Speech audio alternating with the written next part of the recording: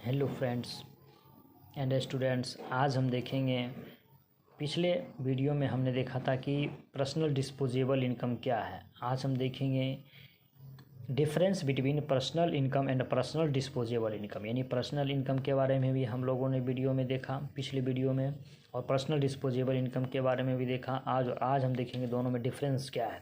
पहला कि जो पर्सनल इनकम है वो क्या है, ब्रॉडर कॉन्सेप्ट है। It includes direct taxes and fines and fees of government administration. ये इसमें क्या होते हैं, शामिल होते हैं। जबकि यह क्या है, पीडीआई नैरो कॉन्सेप्ट है।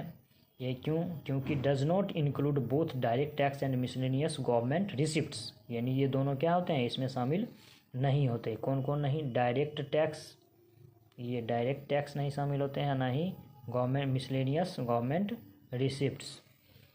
नेक्स्ट है हमारा, whole of this income cannot be, यानी can't be disposed of upon consumption and saving, यानी इसके ये जो इनकम है, इनकम टोटल इनकम जो प्राप्त होता है उसको हम क्या कर सकते हैं, कंजम्पशन और सेविंग पे खर्च नहीं कर सकते हैं।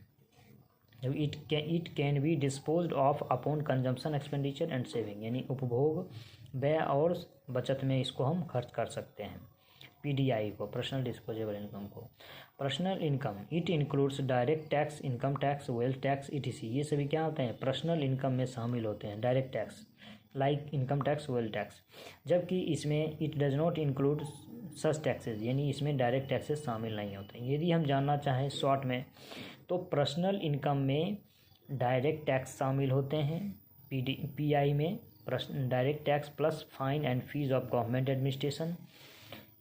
एक दूसरा कि कंजम्पशन और सेविंग पर इसे हम खर्च नहीं कर सकते हैं पर्सनल इनकम को, जबकि इसको हम खर्च कर सकते हैं पीडीआई को, क्योंकि इसमें डायरेक्ट टैक्स घटा दिया जाता है, इसीलिए इसमें इंक्लूड नहीं है, इसलिए इसको नैरो कॉन्सेप्ट भी बोला जाता है।